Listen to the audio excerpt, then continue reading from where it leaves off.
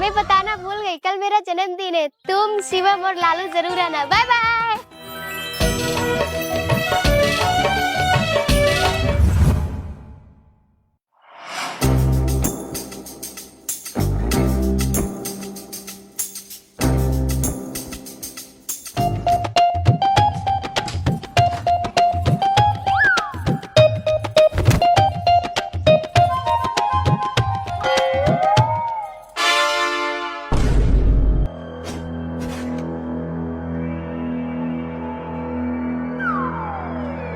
अरे ते दोनों कहीं जात बारे का?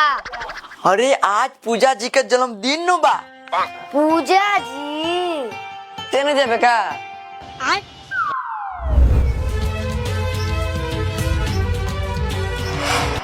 ते लोग ना जावे, तू लोग अमीर बारे।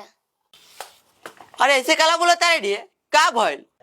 का कोई साला बोरे बोरे सब कपड़ा धो देनी है। अरे चल ना बस, तोरा से कौन माल पटी, चल।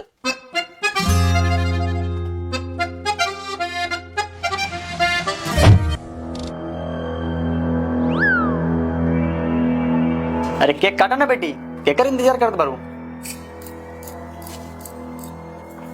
जी पापा, बस अब केक काटत बनी। अरे साला जब सब खानदान यहाँ पे हाईवे बा तब पूजिया के कर इंतजार करत हिया। अरे साला चुप, रवि के इंतजार करती है। अरे साला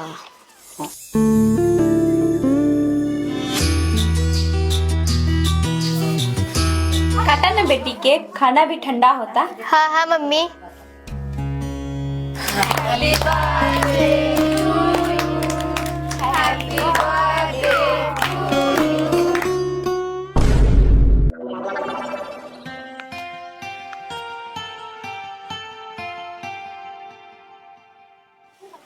और अभी तुम भी।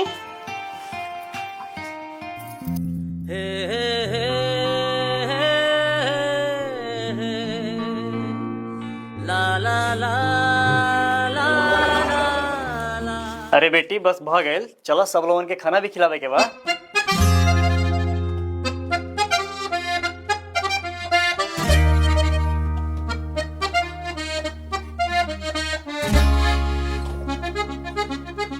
हो भैया और पूरी रखा ना। अरे तो कहाँ गेल रहले रे? हो पूरी लावा हो, एगो और रखा ना। ऐसे का देखा तारे, तू तो केको खैले, हम तो घर से भूखले आयल बानी। हो और पूरी लावा।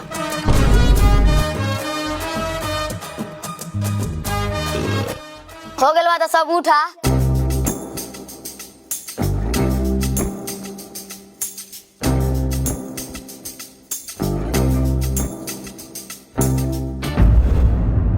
तुम कहाँ जा रहे हो? तुम तो अभी तक हमारा बर्थडे भी विश नहीं किए हो।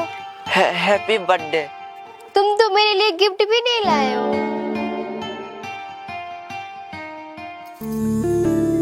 अब लाए हो तो पहना भी दो।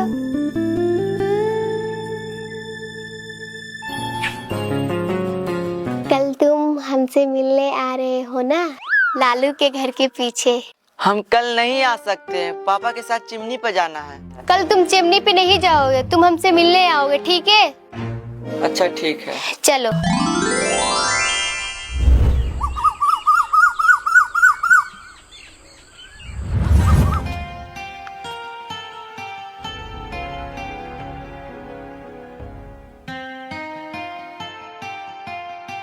हम बताओ पूजा क्यों बुलाई हो?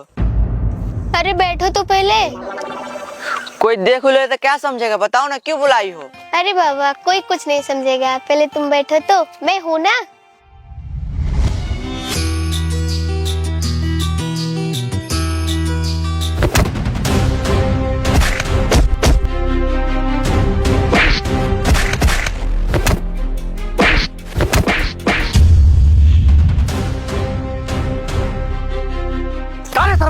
तो हमारे बेटी के यहाँ पर लावे की हिम्मत कैसे बैठ रहे? मालिक राउर बेटी को हम नहीं बोले ले बानी, राउर बेटी खुद हमके बोले ले बिया। ना पापा ये झूठ बोला था, हम एकरा के नहीं बोले ले, ये खुद दे हमरा के बोले ले बा। ए पूजा ये ते झूठ काला बोला तारो, तू तो बोले ले मिले खातिर। अरे झूठा मतलब हम बोले ले बनी तोरा के? पापा बैठ साला के थाना में। चच्चा हो चच्चा, तोरा बेटा ठकुरा मार लगो चच्चा हो।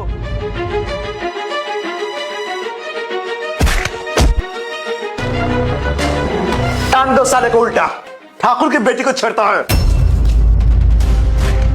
मालिक हो मालिक, हमार बेटा कोई गलती ना बा, हमार बेटा के छोड़ दू।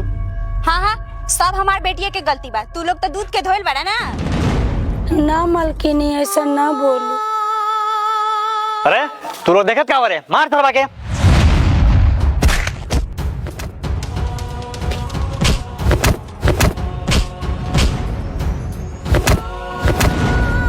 मालिक मालिक, हमारा पति के छोड़ दो मालिक।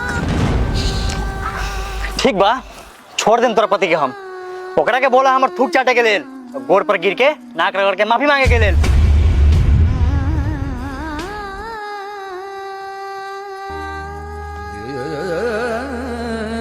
ठीक बा मालिक, हम रउआ के थूक चाटे ला तैयार बानी।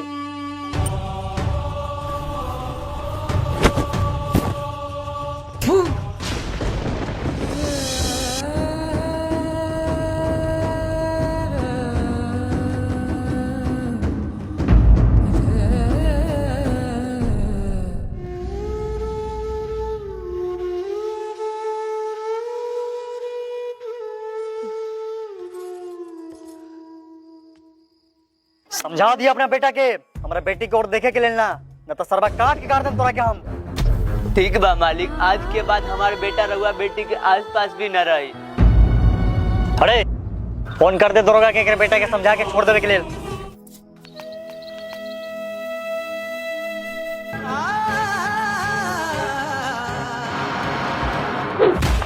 दरोगा जी, हमरा के छोड़ दी दरोगा जी, हम पूजा के नहीं के बोले रे बानी दरोगा जी। ए बाप रे बाप, बाबू बाबू, ये दरोगा जी छोड़ दीजिए। बाप रे बाप, मेरे भाई बाप, बाप रे बाप, माय। चिल्ला क्यों रहा है साले? तेरे गार में डंडा डालना बाकी है अभी। इतना शौक क्यों हो रहा है? 50,000 तो मांगे हैं। साहब हम कहाँ से 50,000 दे पाए, थोड़ा कम बेच करके ले लीजिए ना। क्या 5,000 में पिकअप छोड़ दे? 5,000 में पिकअप छुड़ाने है इतना बड़ा गाड़ी? जाओ कोर्ट से छुड़ा लेना। छोड़ दीजिए ना पिकअप साहब, पिकअप है तो हमारा कमाई का साधन है। ये लीजिए 10,000 रुपया, हमारा पिकअप छोड़ दीजिए।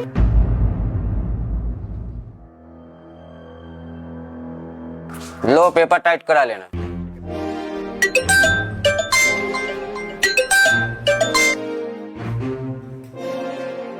अच्छा ठीक है।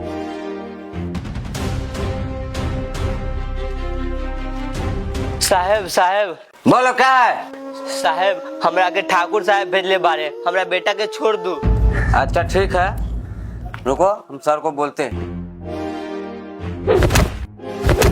सर, लड़का का मतारी पापा आया हुआ है, ठाकुर साहब का कॉल आया हुआ था, समझा के छोड़ देने के लिए।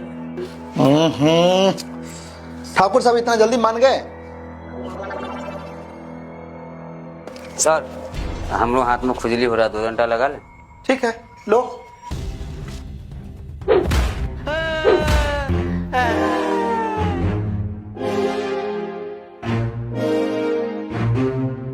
साहब साहब हमरा बेटा के छोड़ दू।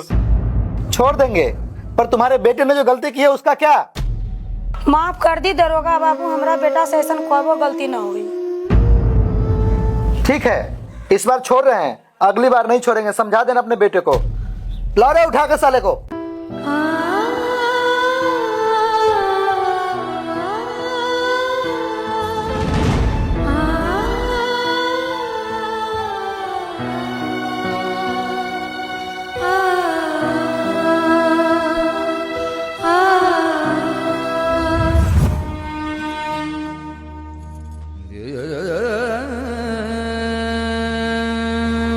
ये तू का कर देला बेटा, अब हम समाज में मुंह कैसे दिखाई?